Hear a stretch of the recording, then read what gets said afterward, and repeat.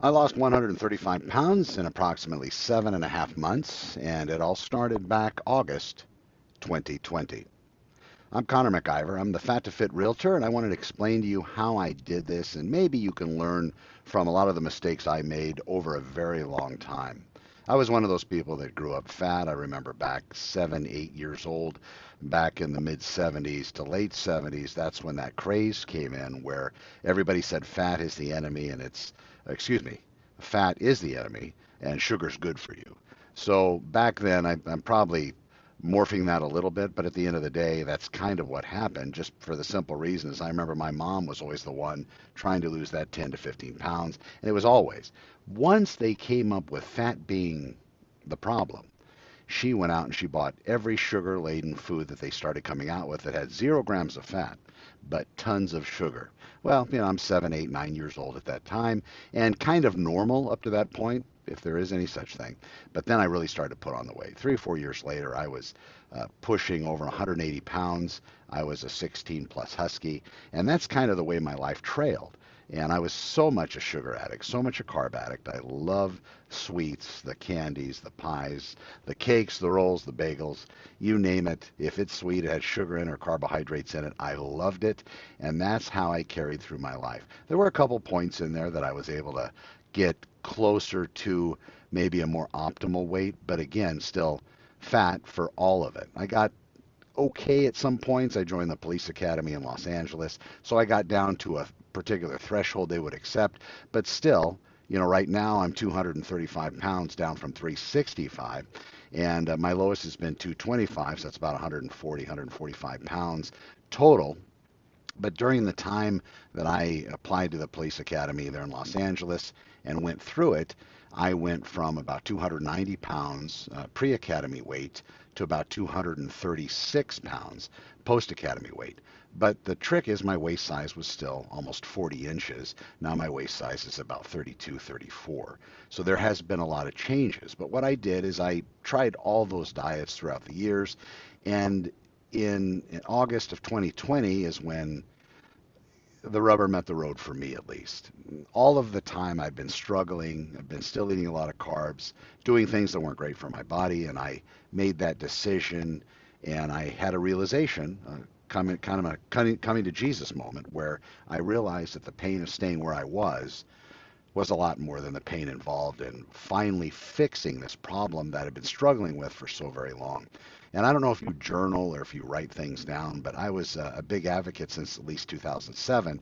I was very much into journaling. So I have 13 or 14 years worth of journals. And the one consistent theme in all of them, the consistent theme is me trying to torch off my body fat, struggling with it over and over and over. So what was the trick? How did it work? I realized the pain of where I was much worse than the pain of getting to where I needed to be. In addition to that, I did the caloric restriction. So I went to these different weight loss clinics that prescribed phentermine and that a stimulant, if you will, and you would take that and it would curb your appetite. They had a particular caloric threshold. They wanted you to eat less than 1,000 calories a day, and those diets work fantastic for a particular amount of time. What I noticed though is the weight loss definitely slowed. So when you go back to the place, they would say, "What are you eating?" I say, "Well, I'm just eating what you're telling me." And of course, everybody lies. If anybody knows any kind of an addict, whether they're a food addict or drug addict or whatever kind of addict they are, a lot of times they kind of don't really tell the truth when you're asking them what they've had or what they've taken or what they've been eating. In my case, when I went back to these different weight loss clinics, I was completely 100%. This is exactly what I've been eating. What happened to me, and what happens to a lot of people that try to restrict their calories and to torch off their body fat, is their metabolism, my metabolism, actually slowed down. So my basal metabolic rate, that BMR, that number that typically a lot of us are carrying around depending on their person, maybe 2,000 to 2,500 calories a day is what typically gets spent. That's what you pay out every day in energy. When you restrict those calories, from my experience, your metabolism slows down quite a bit. So instead, if you're going to restrict calories down to 1,000, your body doesn't take a very long time to get down to adjust that metabolism to 1,000 calories. So then you become stagnant or you hit that plateau that we've all hit if we've been those people that have had a lot of fat on us for most of our lives. Once I realized this, I started looking for other solutions. I did come across a fantastic doctor who I have since talked to who recommended a book. So a lot of this research that I'm going to throw out there, you can do your own research. You can look these things up, but I'll give you a lot of the things that really helped energize and empower me throughout my entire journey. And I'm still on that journey, and I've realized that this journey is never going to be over. I'm never going to be ultimately 100%, but I am a whole lot better, being 135 pounds less than I was before. I'm a whole lot better now from 365 to about 230, 235 pounds. And again, I fluctuate plus 10, 15 pounds up or down. It just depends on how I'm eating. And I'll go into that here in just a moment. So after the doctor recommended a book by Jason Fung, he's a nephrologist. It's called The Obesity Code. He talks a lot about fasting. Now, before you get too bothered, and I know I've talked to people about fasting, like, well, that kill you, it's going to slow your metabolism, this and that. Do your research, check it out. But that was the trick for me. And it didn't start with, not eating for months and months at a time to get this fat off. It started very slowly. And I know that I practice fasting a lot over time. And you can see from the pictures that are popping up on the screen of where I was before and then where I'm at currently. And as I sit here, this is where I'm at. So about 30, 33, 32, 33 inch waist. And this is, Connor right now. So down from 365 pounds. This morning I'm somewhere in around the 230, 235 mark. But working with um, the doctor, she was recommending this book. So I read the book and I embraced the fasting. So what ended up happening was I practiced it a lot. My issue was I still never solved the issue of being a food addict and loving sugar so much that I would still go out and sabotage myself. So I don't know how you are with your eating plan, but I would go and sneak drive-through food every chance I got. And I would do a great job at masking it so when I got back to my residence, nobody would know that I had already eaten, and then I would just eat again. So I was very much addicted to it. And this happened over and over and over again. And you can call any fast food chain into the limelight because I loved them all. I loved candy bars, turtles especially, of course, anything that I could get my hands on. When I was fasting, I was good. But whenever the fast was over, be it just a day or maybe even a meal, I was so hungry that I went out and I just went crazy, ending up reversing anything, any gain that I might or any loss that I might have gained during that fast. What I did now is I started looking at that and I started saying, you know what, I need to break this cycle of addiction. I need to get away from the sugary foods. Started doing some more research. Dopamine was a big thing where you eat those foods, your brain reminds you that it's good, and then you keep coming back to it. So I started limiting my sugar intake and I started finding that ketosis and eating in that way with very limited carbohydrates actually felt very good for me. Also, when I started the fasting, I was able to go through and do multiple day fasts without too much of an issue as long as I was already in ketosis. So basically eating food that didn't have carbohydrates or sugar. And if I was going to eat anything with carbohydrates, it was going to be starches, which is going to come in the way of vegetables. Understanding, and I learned this over time, and you do your research, but they have us believe, right? They have us believe that a calorie is a calorie. All calories are equal. That's not actually the case because some calories really influence the pancreas release of insulin. When that happens, when I eat sugary foods, the brain senses it, goes into the system. The system tells the pancreas to deal with that sugar that's in the blood now. An overabundance of it, it's going to release that insulin. The insulin goes and it deals with it, typically storing a majority of it. And it also depends on the kind of sugar. But without getting too scientific in this, and again, you want to get out there and do your research, look at these different books because your life, your health is incredibly important, as was mine to me. So at 365 pounds, that waist that you're seeing up there on the screen, that's 65 inches. And I remember I had a listing appointment to go out on, and it was incredibly uncomfortable. The other thing that I was remembering this morning, I used to sweat. Oh my God. I would sweat standing. I would sweat sitting. I would sweat using the restroom. I would sweat eating. I would sweat pretty much all the time when I was over 300 pounds, especially at 365. Now that I'm in the 230s, I sweat only when I'm working out. Well, and of course, if it's really, really hot. But the sweaty nights, the sweaty in bed, that type of thing, it's all gone away, as has my health has improved quite a bit because the breaking point for me is when I looked down at my feet and I noticed that there was this brown hue right under the skin, which is basically trapped blood. So my circulation was starting to suffer. Pre-diabetic, all these other things started to come into play. Diabetic was talked about, insulin, high blood pressure meds, statins. All of these things were me because I was basically a walking heart attack, just a horrible, horrible, and really, really bad shape. Starting slowly with the fasting, like I said, going through that process, I started with missing a meal. Now, you don't have to go all in on this thing, but just hear me out. What happened to me was I started missing that first meal in the morning. You have to realize where your weak point is in the day. Some people just have to eat when they get up, and that's fine, as long as you have those longer periods of fasting. But again, experiment with it. My best, how I broke my food addiction, came with a very long-term fast. Very, I use the word very. I've seen people go a lot longer than I have. I did 14 days. Now, as you pick your job, the 14-day fast wasn't difficult. I was already in ketosis when I started it, and this is something that I put out on my channel quite a bit, talking about transitioning in and out of fasting because I'm still fasting.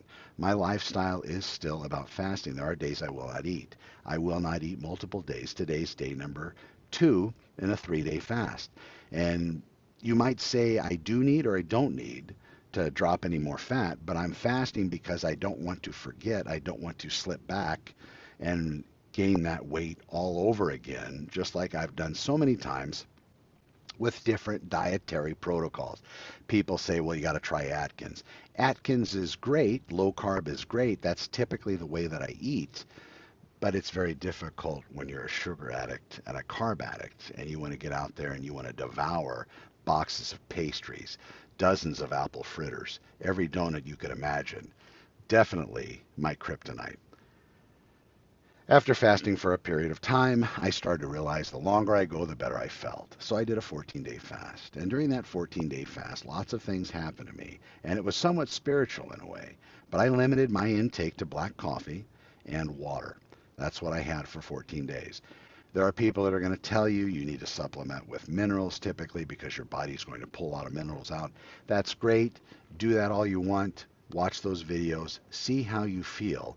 But that's how that particular system worked for me. So after 14 days, I had dropped over 38 pounds of some fat, mostly water. Right now, I realize at 230 pounds, and you'll see this in the scale if you've been fat, especially for a very long time, you've lost touch with your inner human, really. Well, what happens is I realized that I was at 365 pounds. I realized that there was a lot more to maintain. Once I started cutting the weight, I kept going, kept going, kept going, and that was the key. Kept going, not stopping. Whenever I would mess it up, and I did occasionally, I stopped quickly. I didn't blame myself. I gave myself a hug. That's a big deal. You got to love yourself. Give yourself that hug and say, you know what, Connor, you messed up.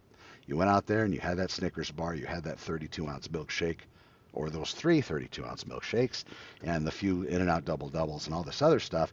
But now you got to get back on it. No more of that. And the more that I did that, the more I forgave myself, the better I was through the whole process. If I were to go back and talk to myself, and from where I am now, I was able to go back 20 years and have a sit down conversation with myself. I would tell myself that number one, I really got to be easier on me. I understand everybody says discipline, willpower, get out there, crush it, do this, do that. For me, I really needed to embrace myself because of whatever childhood issues there were, whatever trauma came in. These are all indicators and reasons as to why I'm using food in order to solve another issue. Well, that other issue is something that's not a bad idea to maybe self-explore. See what's going on with you. Why are you addicted? And if you can't answer the question and you realize you are addicted, then it's time just to stop. Of course, everybody says, oh, I just can't stop. It's too difficult. Stop slowly. Don't stop all the way. Stop a little bit. So maybe miss that breakfast meal. Maybe miss lunch. Maybe say, you know what, I'm not going to eat till 3 o'clock today. And when you do that, you actually end up doing a fast. Because if you go to bed at 9, 10 o'clock the night before, you don't eat till 2 or 3 o'clock in the afternoon the next day, you've just fasted for quite a while. That is going to turn into maybe a 1 day fast, maybe a nice 24-hour fast. Maybe you eat the previous day at 5 p.m., then the next day you wait till 5 p.m. to eat again. So now you've just fasted basically 24 hours. That is great for you. And you'll start to notice the difference. Now, all of that weight I dropped during that 14-day fast, that wasn't going to be the solve all end all for me. I still had a lot more to go.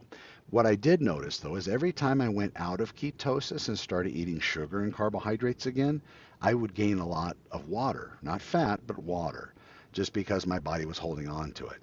Every time then I went into ketosis, I noticed I started to urinate quite a bit. So I'd bleed off a lot of that water and drop 10, 15 pounds. I can still do that even at 230. If I were to start eating candy bars, junk, and sugar right now, I wouldn't urinate for quite a while, and every ounce of water, coffee, liquid, whatever it is I would drink would actually be added to me as weight. So some of the channels talk about people say, well, you lost almost 40 pounds in 14 days. That's impossible. A lot of that was water. But with fasting, my personal experience, and this is really what kept me with it and what keeps me with it today, I'll drop anywhere from 3/4 of a pound to a pound of actual body fat by fasting. Because when you do your research, you'll realize your metabolism actually increases. When your metabolism goes up, you're starting to burn more and more calories. This is when you fast. And the reason why it goes up is because your body believes it's starving. What's beautiful about it, and this was a realization I had as well, and you feel free to subscribe, of course, and become a member of my channel so you can see any updates, because I do a lot of fasting tricks there too. But when it came to burning off this fat, that fasting really was critical. When I would fast, I realized that if I were to stay in ketosis, fasting was easier. Once I ate sugar, like I said, I put on quite a bit of water weight, and I wasn't feeling as good. Those multiple day fasts really, really help. When you're looking to start your fasting, again, do it slow and do it controlled. The refeed, that meal that you have to break your fast, however long you're going to go. And again, medical advice, I'm not a medical doctor. This is my own experience. But what happened with me is every time I would break my fast, I had to go into it controlling myself. It's very easy for me to slip back into it. So it's basically me constantly watching. And if you are a partaker of alcohol, if you drink alcohol, understand that that's going to add to the hardship throughout the fast. Whenever you ingest alcohol, even if it's not much, it does put your body on hold for a while from resuming burning the fat. Burning those fat calories if you happen to be in ketosis or even not, you're on a limited calorie type of intake that does work for a particular amount of time. Whatever works for you will work. It's whatever you can stay with consistently and keep monitoring. If at any time you stall when you're doing caloric restriction, typically it's your body trying to adjust. When you're stalling during fasting, usually it's your body holding on to water because it's happening very quickly. Each of the meals I ate when I was fasting, hint, hint, stored body fat, was perfect. It had everything that I needed because I had that stored adipose tissue. If you do some research on a gentleman named Angus Barbieri, he actually fasted for over 380 days, in excess of a year. And this cat lost a lot of weight, dropped a lot of it, and all he took every day was water, black coffee, and a multivitamin. That's how he got through it. He was a Scottish gentleman, Angus Barbieri, and you can look him up and see what he did as far as the fasting goes. Here's the thing. As long as you have stored body fat on your system, your body will access it during fasting in order to get the caloric needs and the energy that it needs to function in all levels. So I still go to the gym. I still lift very heavy even when I'm not fasting. During the 14-day fast, I still went to the gym, still lifted heavy, and still continued my walking, and those other processes, my HIIT training and everything else, all the way through. It wasn't without mistakes or fallbacks. It wasn't without me giving up or being upset. It wasn't without me getting angry or hungry or hangry, as they say, because I felt all of those emotions. But I stuck with that original intention, and you can too. What is your why? Why are you wanting to do this? I failed, folks. I've said it before, I've failed thousands of times to actually accomplish this goal.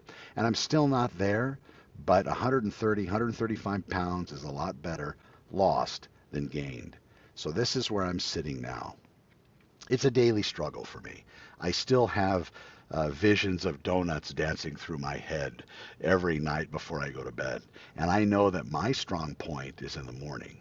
So when I go to bed thinking, you know what, tomorrow I'm going to go out and I'm going to devour uh, multiple apple fritters, multiple donuts. When I get up in the morning, I'm very strong. So I'm good all the way until the evening, kind of late night as I'm maybe getting ready for bed, and then that idea pops into my head again. The more I acknowledge that idea and kind of look at it and say, I dismiss you in a way, it goes away. So if you have those little crutches, these things that you do, and you've been acting on them up in this point, try to pull back from that and try to look at why you're doing it. Mostly, it's you solving some kind of emotional riddle or trying to make yourself feel better by using food as your fix.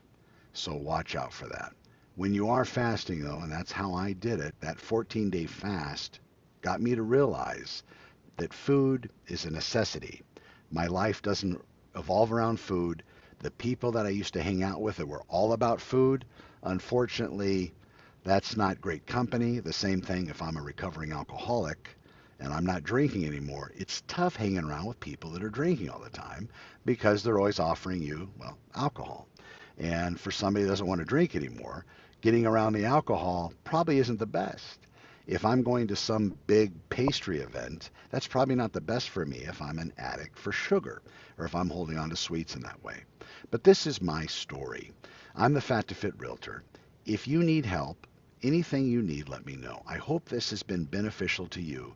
It can be done. It only took me 50 years to figure it out. But here I am, better off than I was even a couple years ago at 53. I'm 53 now, better than a couple years ago when I was 51. I do appreciate you watching. From my heart to yours, if you need anything, please let me know. If you want to keep in touch with me, just subscribe to my channel. Click on that little alarm bell there that you have on your screen so you get notified whenever I post up new videos, and I'll talk about my fasting tips and other things, including a TRT or testosterone replacement protocol that I've been on for a while as well, which have also got my numbers a lot better than where they were, super low in the testosterone range, in fact below where they say normal is. If you're a male in your 50s, maybe something to look into, especially if you have a high volume of body fat. And by the way, when I had my BMI measured, body mass index, my fat was over 50% at 365. So I was over half fat.